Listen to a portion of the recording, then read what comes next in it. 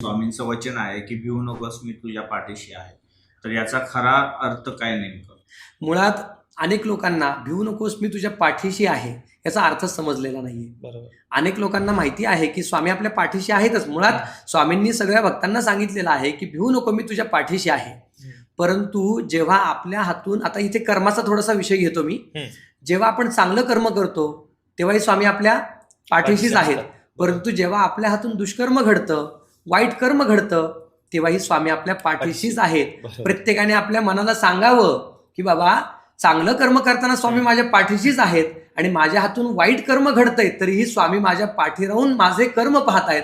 आणि जेव्हा ब्रह्मांड नायक साक्षात परब्रह्म आपल्या पाठी म्हणजे उभा राहून ज्यावेळेला आपलं कर्म बघतोय, तेव्हा आपण आपल्या हातून वाईट कर्म घडतच नाही मुळात, की आपली हिंमत होत नाही की स्वामी माझ्या पाठी राहून पाहतायत की मी काय कर्म करतोय.